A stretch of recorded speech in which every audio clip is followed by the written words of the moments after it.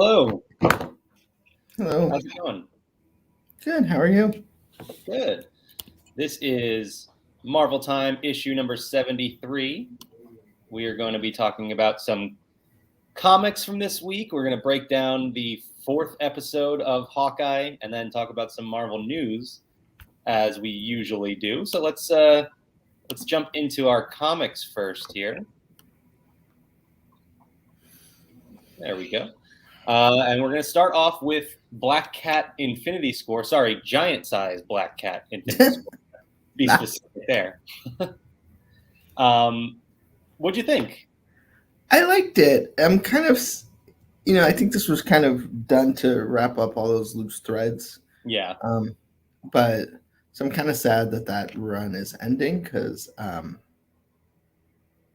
liked it. But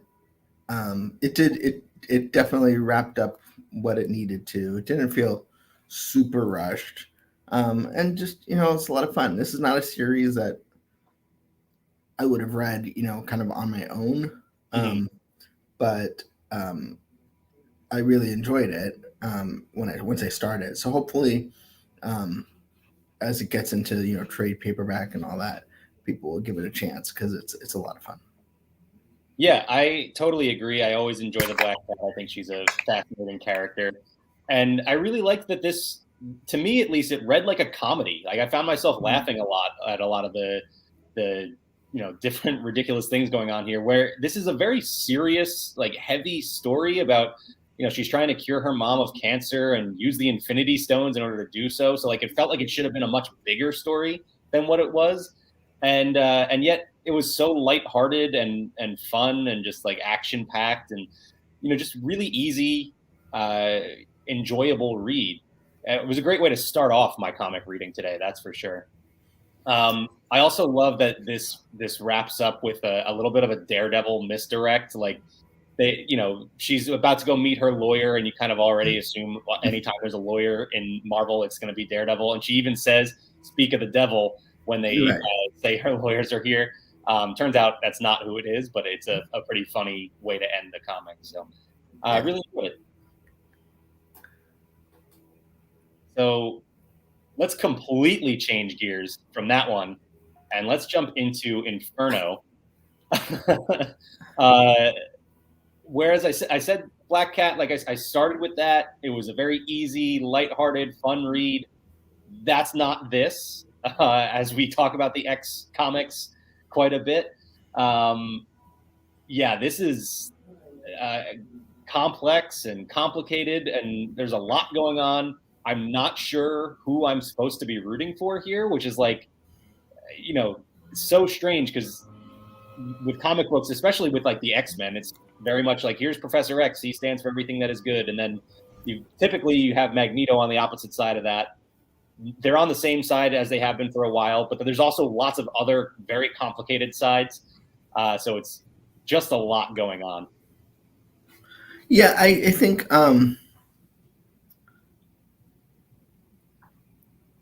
I enjoyed this more than I thought I was going to. It's complicated, but I think with a little bit of Wikipedia, it's not too bad. I think you just need it helps if you kind of get you really understand this. This comic kind of jumps around in time a little bit. Yeah. And really harkens back to the start of Powers of 10, Swords, House of X kind of stuff. Yeah. So I would not a jumping on point, but I feel like a lot of the threads are finally coming together. So it's not a huge cast, but we kind of get the basics here. And I kind of like how no one is good in this. Like there's no right answer. Yeah, I mean there's a positive side to that for sure. Whereas like you aren't exactly sure what the right answer is. We talk about that, where it's not always good versus evil or sort of like the gray areas. But I'm also just not entirely sure what the motives are of every side. And so there's a little bit of added mystery there. It was kind of cool to go back and get some more of the history of Krakoa. I did enjoy that. But then whenever you get into the really distant future of the the mutants, things tend to get pretty complicated, and we have Nimrod show up in this one, so things are getting a little weird. Yeah, and I think just getting a little bit of Nimrod knowledge will kind of help for those that get lost. But yeah. Well, speaking of things getting weird, let's talk about the Amazing Spider-Man 80 dot beyond, and this whole love story-esque kind of thing with Aunt May and Doc Ock. So clearly you enjoyed this one. Yeah, not my pick of the week, but close.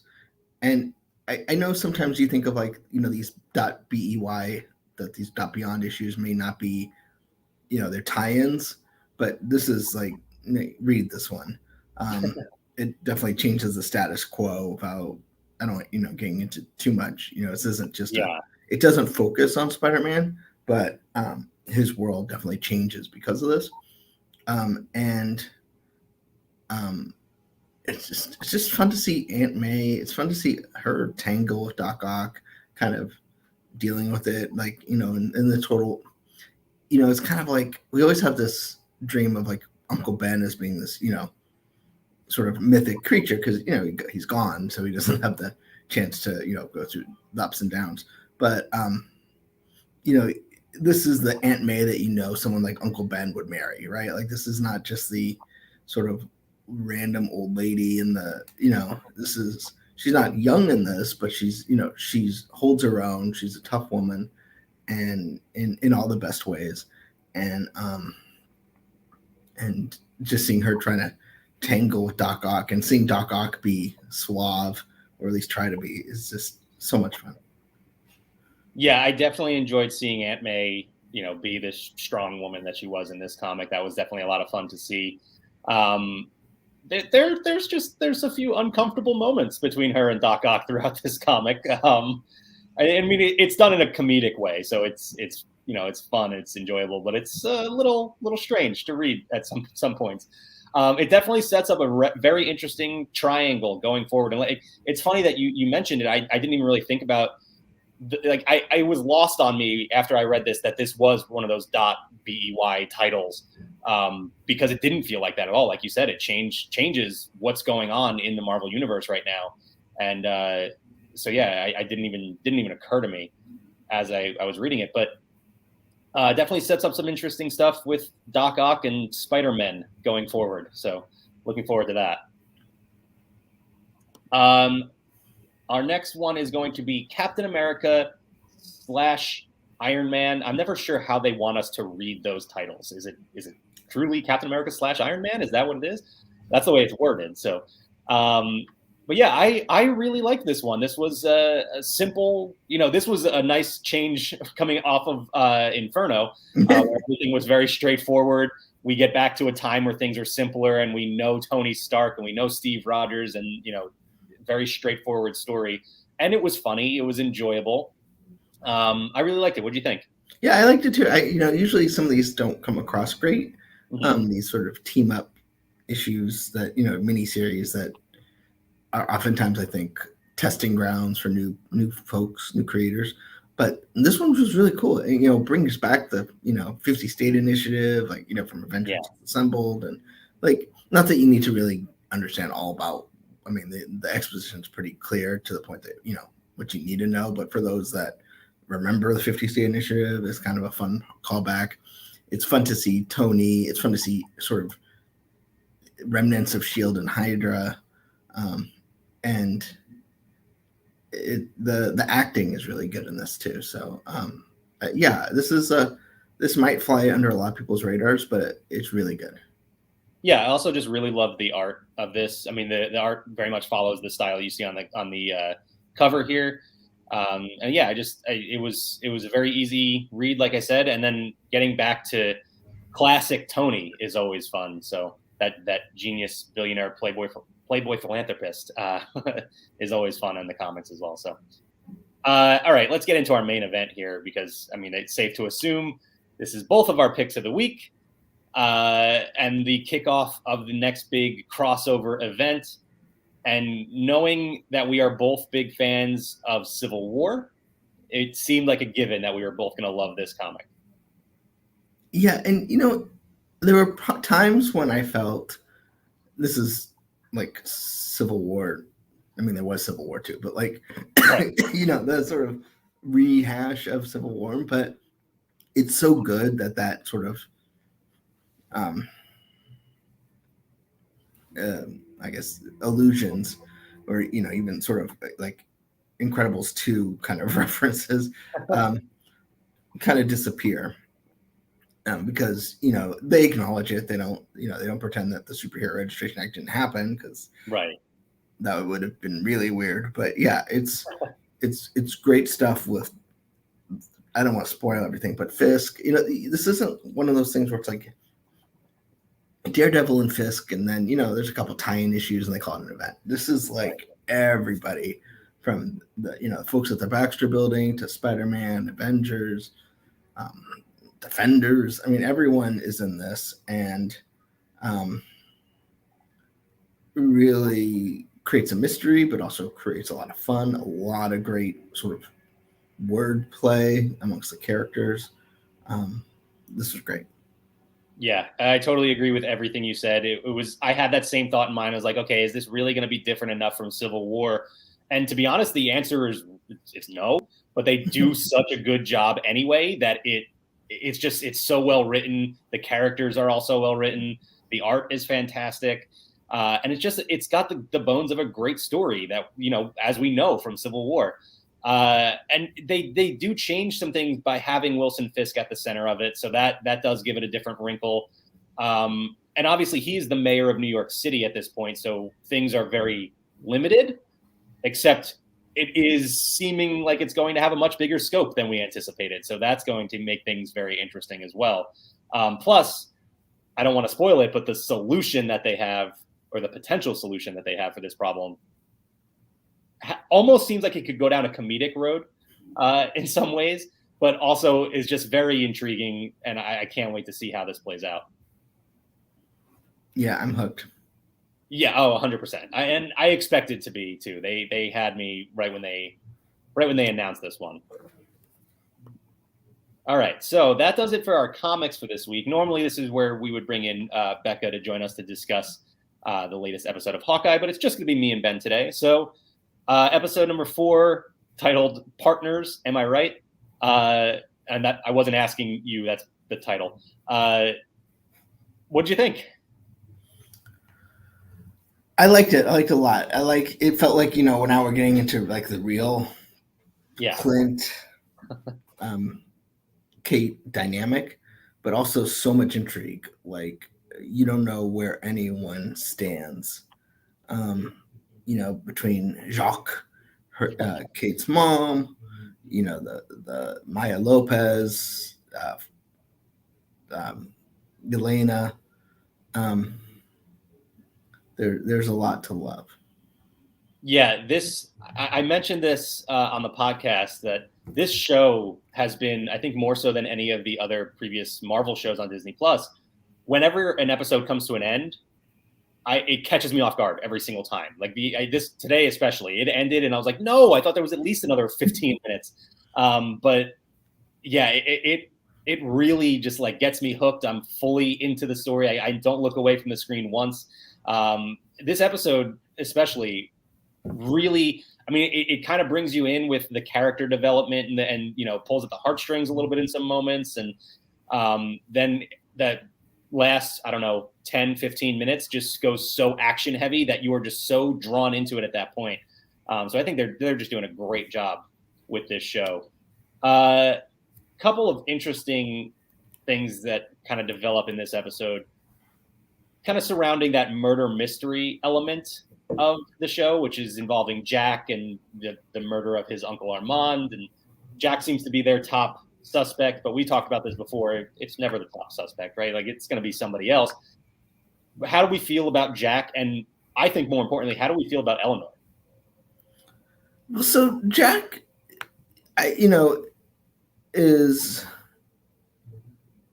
if you follow the comics, you would think that maybe he's trying to be the good guy here. But Eleanor really weirds me out. And The one thing I think we kind of forgot, or I guess was never answered, was, well, the role of Kate's dad, because the series starts with them in money trouble, right? Seemingly, And yeah. then he dies, and I mean, I presume he had a decent life insurance policy, but like, what, um, what changed? How are they suddenly now, in charge of a security company, no money issues? Like, something seems to be different. Yeah, Eleanor definitely has some strange connections that we're not too sure of just yet. And I mean, I've had my suspicions about her from the beginning. I said at the beginning of this series that I thought she was going to be the MCU's Madame Mask.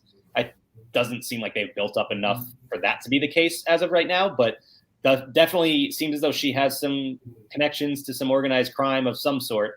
And as much as I want to trust Jack, it seems like things have kind of come around on him. They're making him sort of this lovable character now. He's still at the center of this. We found out that he is the CEO of Sloan, which is this shell company that's laundering money for quote unquote the big guy. I mean, come on, just say the name at this point.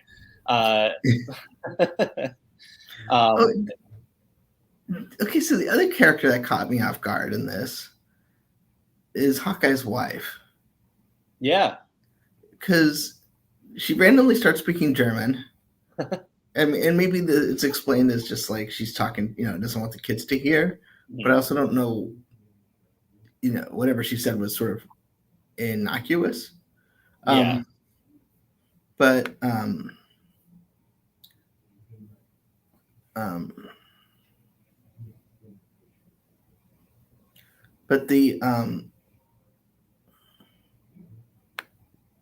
the one thing is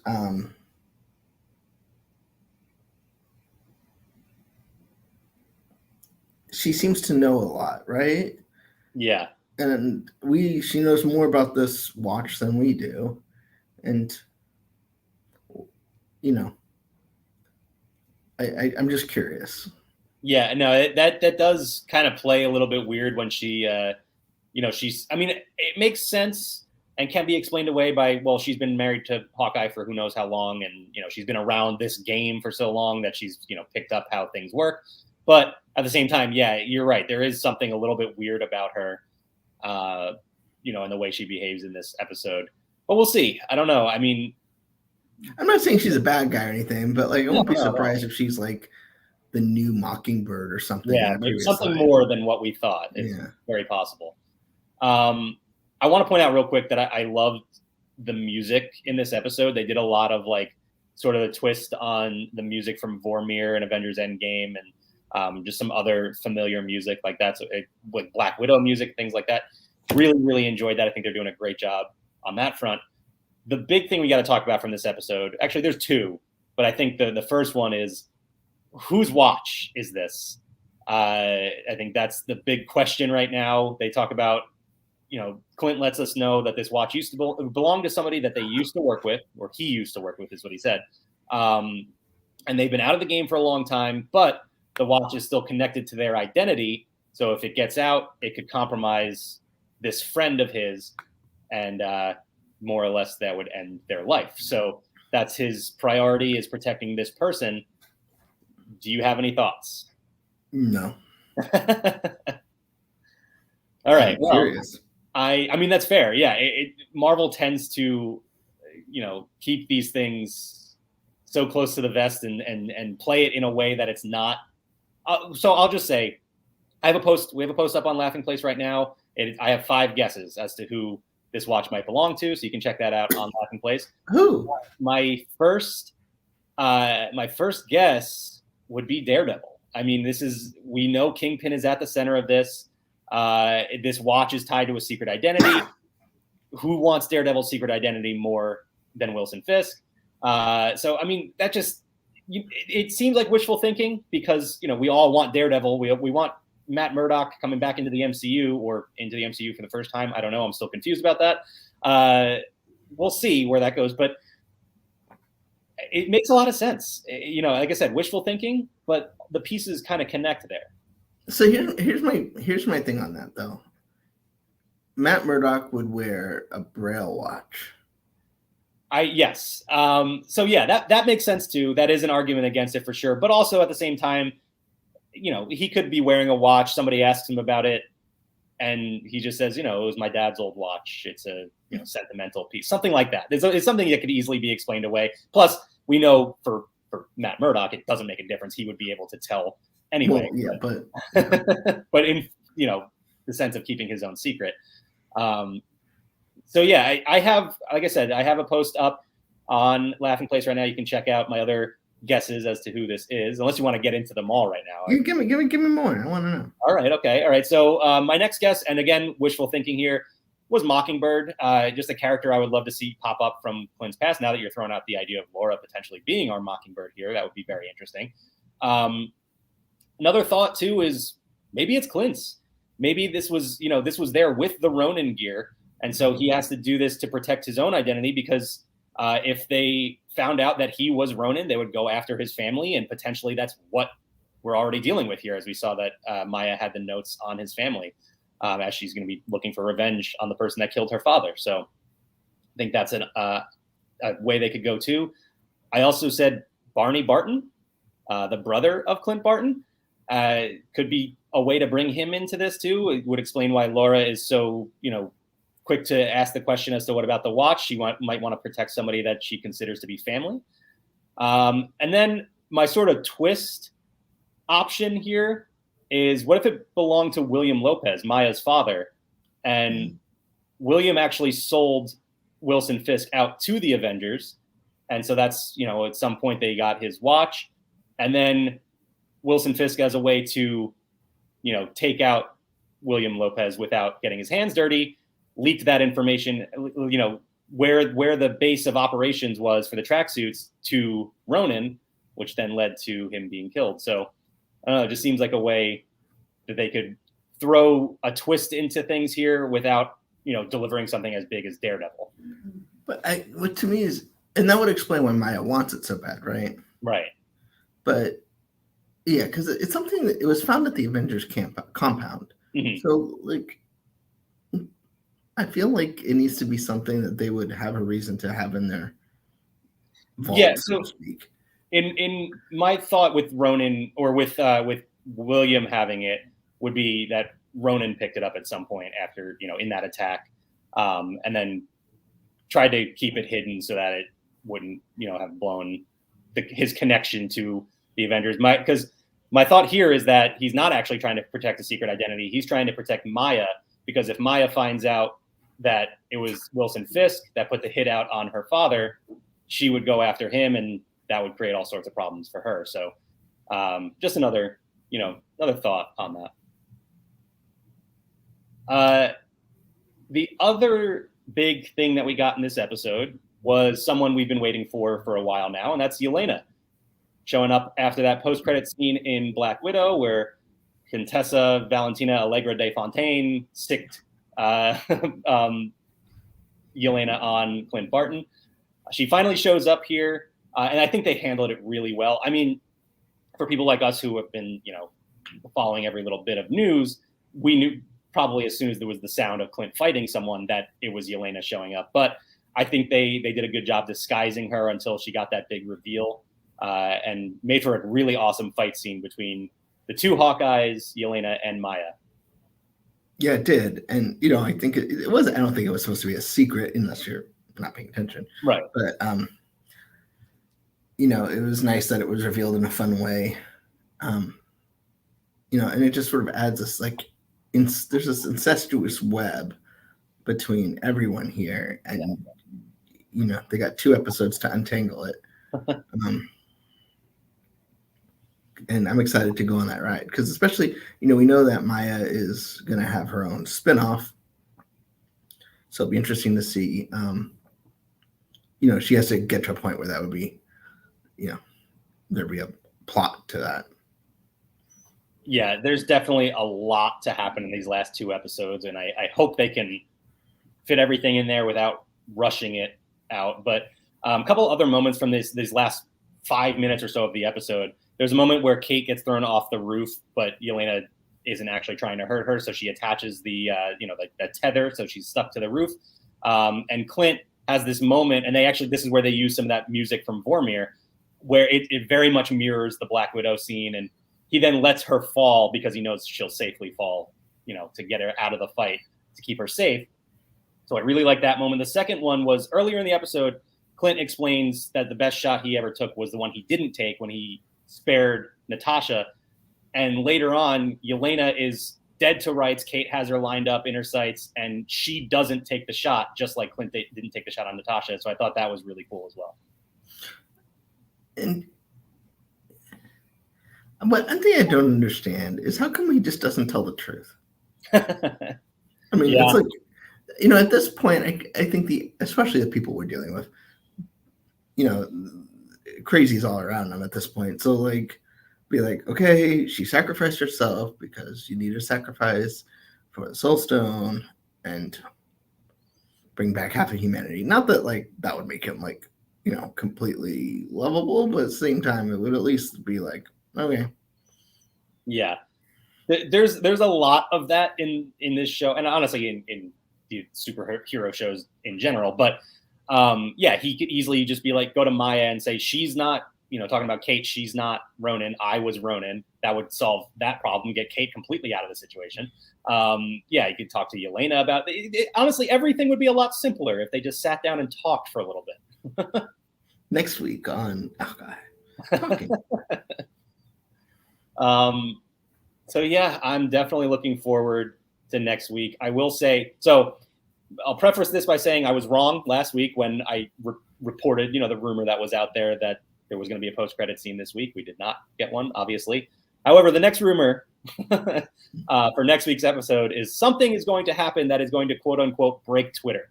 So something big should be AWS episode. I don't know where they're going with it, but should definitely be interesting. We're gonna have a problem next week because next week we'll do the show at 1 Pacific, and Tuesday night I'm gonna go see a movie, and I can't talk about it till Thursday. Yeah. That's and I don't want you to talk about it to me at all. So it's gonna be hard. Lord knows I'm not great at keeping secrets. I'm no Hawkeye. So I hope that there's nothing that will in the Hawkeye episode that will lead me to go like, oh well, that's usually explained by blank, and then go crud. You're better at keeping secrets than you give yourself credit for, because you've seen a lot of movies before a lot of people have. So and not spoiled anything huge before. So I believe in you. I think you can get through this. All right, are we ready to jump into our news for the week? Let's start right here. We found out that kind of fitting with the conversation we were just having recently, Charlie Cox is in fact going to return. We just don't know when. There's no hard plans apparently for Daredevil, at least that Kevin Feige would tell anyone about.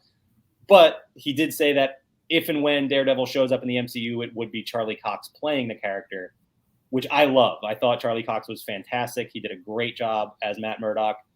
And so I'm definitely excited about this news.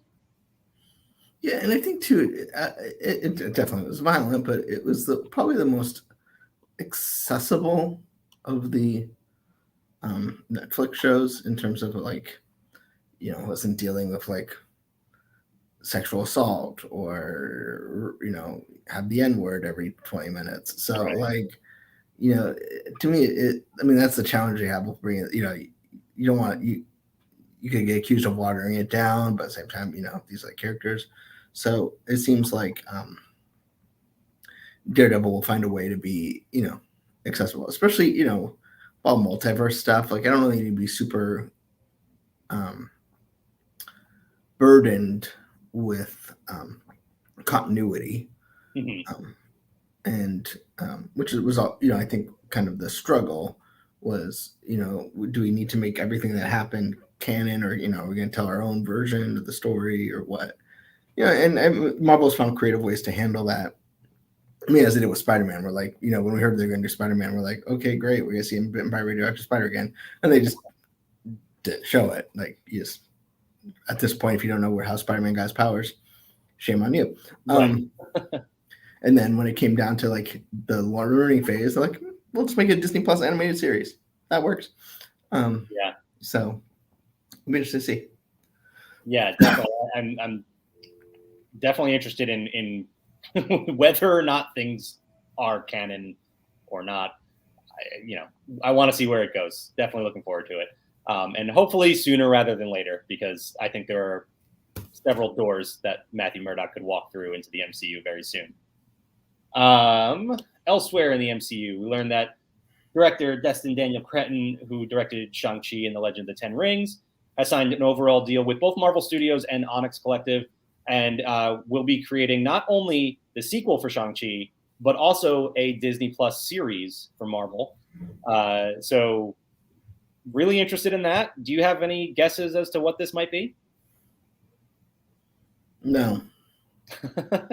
Straightforward. I like it. I mean, I think, and that, one thing I could think of is maybe like a Ten Rings focused. Yeah, exactly what I was going to say.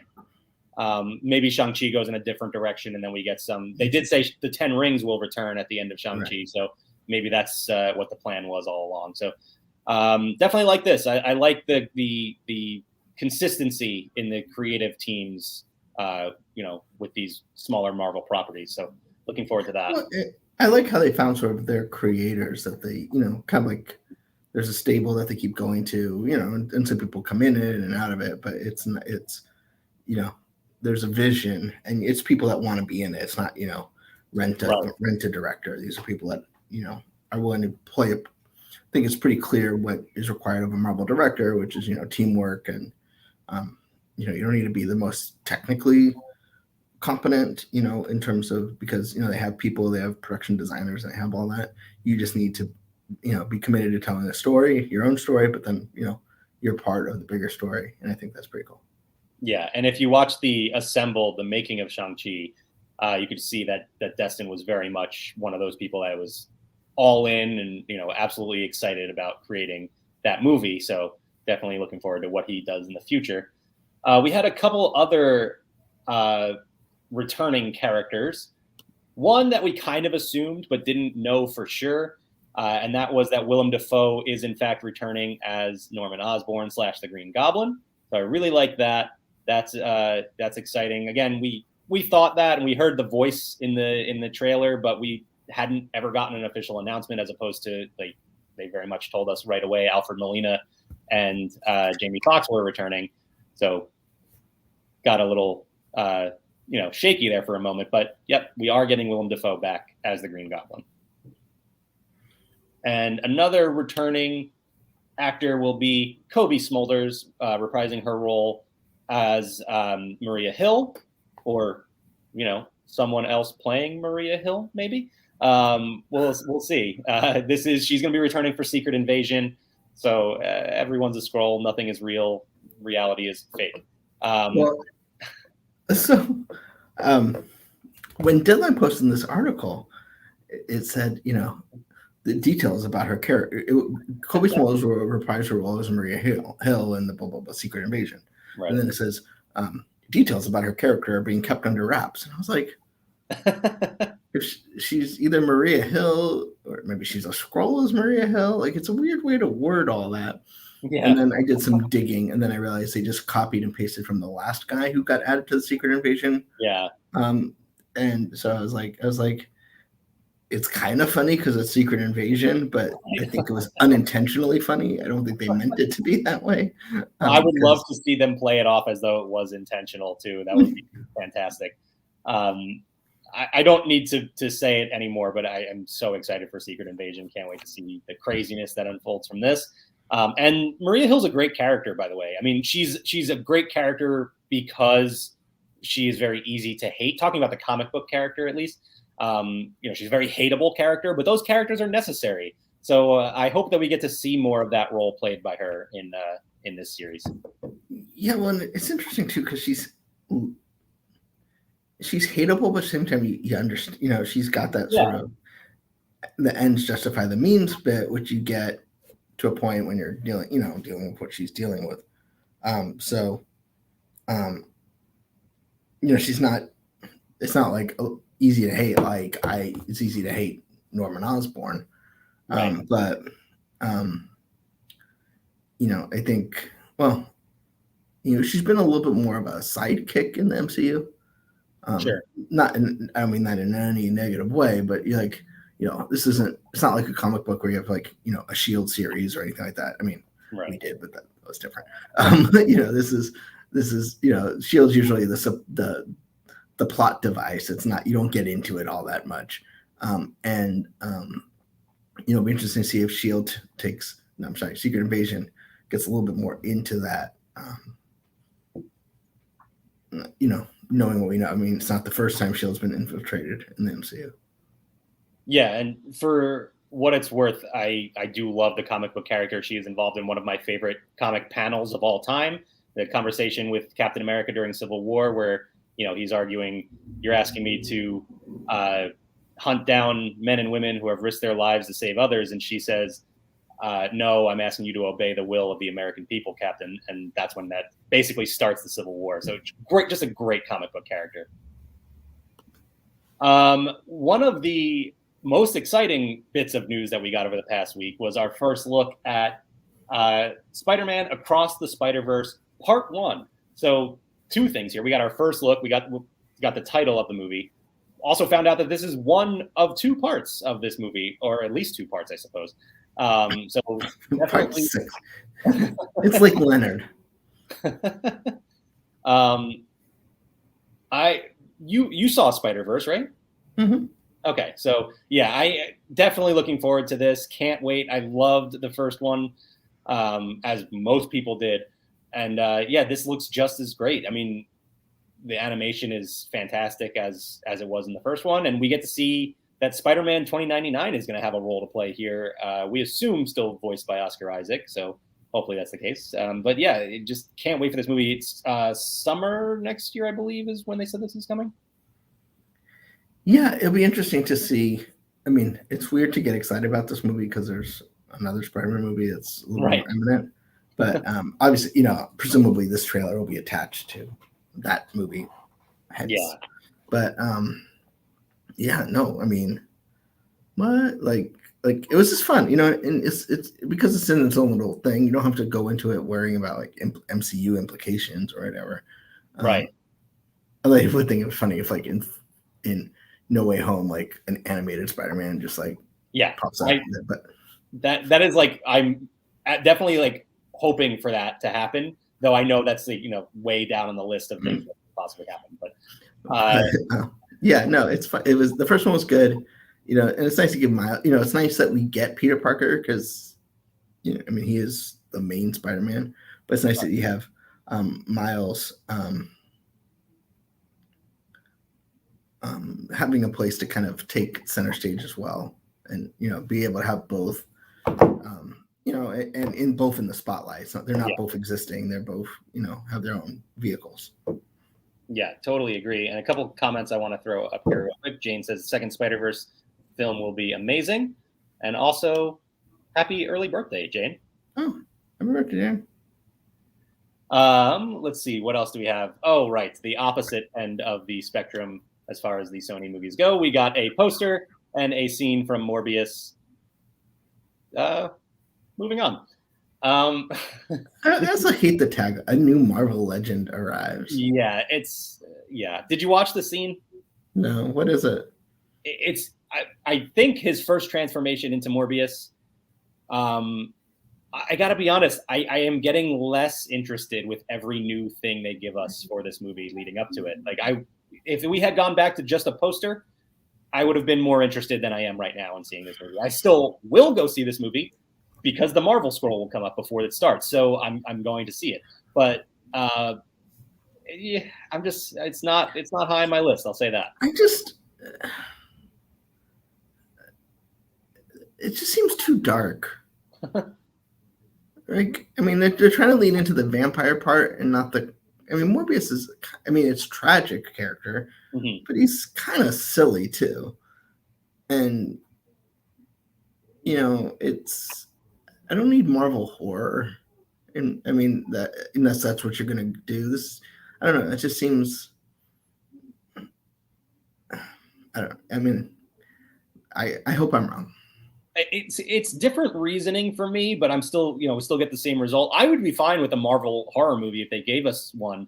But what I don't need is every villain to get their own movie. And Morbius is more of an anti-hero in the end, but they're building him up as a villain here. And what gets to be entertaining about a character like Morbius is his interactions with Spider-Man. And when you're not going to have that, you lose all the entertainment factor here. It's just a vampire movie.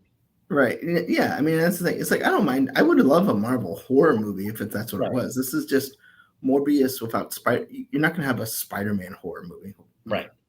And that's what makes Morbius fun is his interaction with Spider-Man. Like they're gonna make a Kraven the Hunter movie without Spider-Man. What's the point? Right. Yeah. That's another one that I'm not. And that seems to be, there was the plan for the Sinister Six movie. Again, doesn't seem necessary. Just things like that. I feel like they need to move in different directions. I feel like, they said, which characters do we have that we can make a movie of? And they just kind of went down the line. And that's not how I would. I mean, obviously, this is their Sony's biggest franchise, so I get that you're trying to milk it, but. Right. Well, let's move on to a couple interesting pieces of merchandise. First off, we had a couple of new Marvel Legends series Hawkeye figures, and these are just the digital renders of these figures. They'll be coming in 2022. So we have obviously the Clint Barton, which comes with a couple of alternate hands as well as his bow. You can see in the back here as well. And then, of course, we've got Kate Bishop, which I think is probably going to be a very, very popular figure once this launches. Again, alternate hands. You got the bow, and they both have the quiver with arrows on their back as well. I would love to see like an actual functioning little bow and arrow accessory for them. That would be really cool. But we'll see. Definitely looking forward to that. Figure's missing, right? Hopefully they're not showing us all the accessories, and Kate actually comes with a Lucky the Pizza Dog little side figure. That would be great. Oh, can I share my screen for a sec? Oh, yeah. Speaking of the most adorable creature in the Marvel Cinematic Universe. You got Jeff the Land Shark to pull up here? Ouch. Let me share. I got something in the mail. I shouldn't say I did. So my roommates.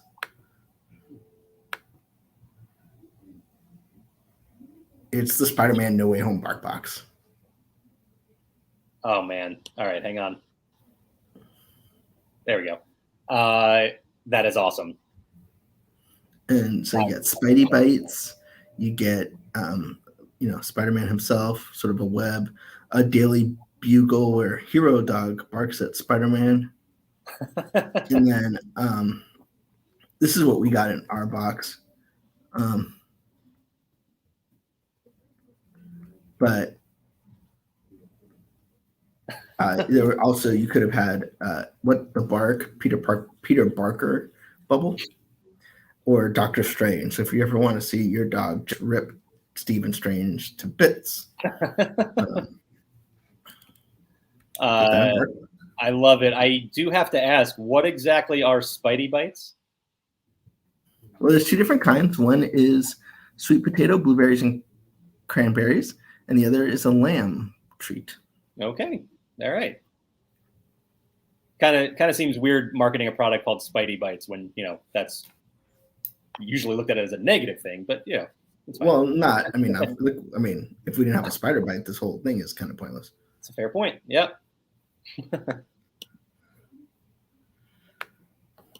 All right. So our next merch we've got to look at is these Venom pins. And I mean, they call the whole collection Venom, but we do have a Carnage pin here. We've got a Venomized Loki, Venomized Thor, which is awesome, just really cool. Really like the Loki one as well. There's our Carnage one again, and then the corrupted Venom from the Absolute Carnage series. So a really cool collection of pins here. that I've been just telling myself I don't need them. I don't need pins. I have no use for pins, and I'm going to keep telling myself that until I eventually cave and buy them all. And we'll wrap up with some comic book news. We had X-Men Unlimited number 13 and a new Infinity comic debut on Marvel Unlimited. And this is interestingly launching blanking on the arc name now, but it is actually connected to some of the ongoing X-Men comics, which is cool to see, because usually these Infinity comics are sort of like just a one-shot. It's on its own. You don't really need it for the continuity. But this is pretty interesting that it'll be connecting to some other comics. We also had, and this one was very interesting, we learned a while ago about the Death of Doctor Strange tie-in, Death of Doctor Strange Bloodstone. But we found out that it's going to reveal a new Bloodstone sister. Lyra, I guess is how you would pronounce it. Very interesting. I'm curious, have you read a lot of Elsa Bloodstone? I have not. No, me neither. She's a character I've seen her obviously in crossovers and things like that, but and just some Doctor Strange stuff. But a monster hunter, very interesting character, a character I would like to read some more of in the future. So that's going to be on my reading list for sure. But yeah, just adding a interesting new character getting dropped in this Death of Doctor Strange tie-in. So and that'll be coming January 12th. We also learned about a whole lineup of X books that'll be creating the Destiny of X story arc. And you can see some of these here. We got Immortal X-Men, Marauders, X-Force, Knights of X, X-Men, Legion of X, Wolverine, New Mutants, and X-Men Red. All of these characters thrown throughout all of those books. So I don't know. Hopefully we turn a corner after Inferno here and things start to get back to basics a little bit for the mutants. And because, I mean, anytime I see artwork like this, I always just get excited for these X books. And then, feel like I need to read 100 different comics in order to piece everything together. But yeah, I'm looking forward to that. And do you put much stock into the who's where in this?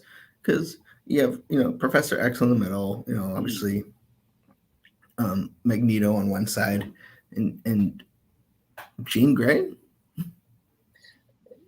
Yeah, interesting. Nowhere, not near Cyclops. Right. And then also, Mystique. A couple other notable pieces here too that I'm just noticing that it's brought it up. But Charles Xavier is back in a chair. That's something that hasn't been the case for quite a while. And Magneto's back in his old purple and red as opposed to the white that he's been wearing on Krakoa for a long time now. So interesting. Just gonna have to wait and see what goes on with Destiny of X. And finally, we talked about the first issue today, but we also got a look last week at the cover for Devil's Reign number 5, as well as covers for a lot of tie-ins. We have a Daredevil, A Woman Without Fear tie-in here. Let's see what else here. We've got the X-Men tie-in, which looks like Emma Frost is going to be in some trouble here. We have this Superior 4, which this cover has baffled me because I've been counting the different arms, and there's more than 4. So I'm not sure what's happening. Well, you have Doc Ock in the middle there, right? Yeah. So, I mean, not just in number, but like the number of different arms is more than 4. Okay, so you got one. You got Doc Ock 1. You got Fire 1. You got This looks like almost like Ghost Rider's chain, maybe. Yeah. This looks like it could be Man-Thing related. It looks like Hulk. Yeah, it looks like Hulk, and then you've got whatever this is too, unless that's not actually an arm, it's just a, decorative type thing here. I'm not sure. But definitely looking forward to Superior 4. Doc Ock seems to have a big role to play in Devil's Reign already, so looking forward to that. We have Villains for Hire, another Devil's Reign tie-in, which U.S. Agent seems to have a role to play as well. We've got a Moon Knight tie-in, which... I love that cover. Yes, me too. They have a weird thing in the Marvel Comics lately of letting these, the quote-unquote convicts wear masks in prison. Seems a little strange. But so, yeah, we have a whole schedule of Devil's Reign books from now through March. So we're going to be reading Devil's Reign for quite a while now. Yeah, but only 2 more issues this month, right? So Devil's Reign #2 and Spider-Woman, which I didn't see coming. Yeah, there were so many characters involved in this first issue, and she was not one of them. So we'll see where this story impacts her.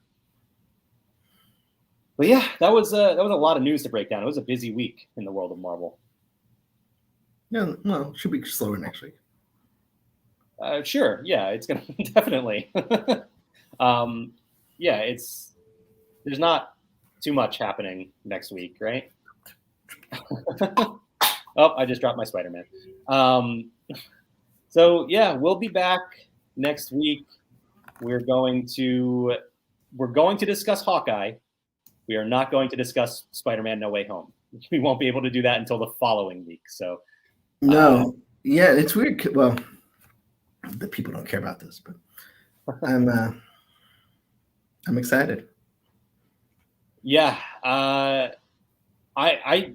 like the third person on our team that'll be seeing Spider-Man, so I'm going to be shutting you guys out. I'm not talking to you guys for 2 days. Well, and it's funny because, like, normally for Disney screenings we get invited, but this isn't a Disney movie, and so then I got through it through a different means. Like it's not, and it's not in LA, it's up here, so it's like, okay, let's. Now I'll go. Reports are out there that advanced screenings are not going to be showing everything. That there might be something left out. Oh, I'll see it again. Oh yeah. I figured you would. So. And I presume they mean like post-credit tags. Like I can't imagine like the second. That's what I imagine. Like, yeah. And actually, I'm curious to get your thoughts on this too, because Kyle and I discussed this on Active Life. Do you think the reasoning for that has anything to do with spoilers coming out of Eternals?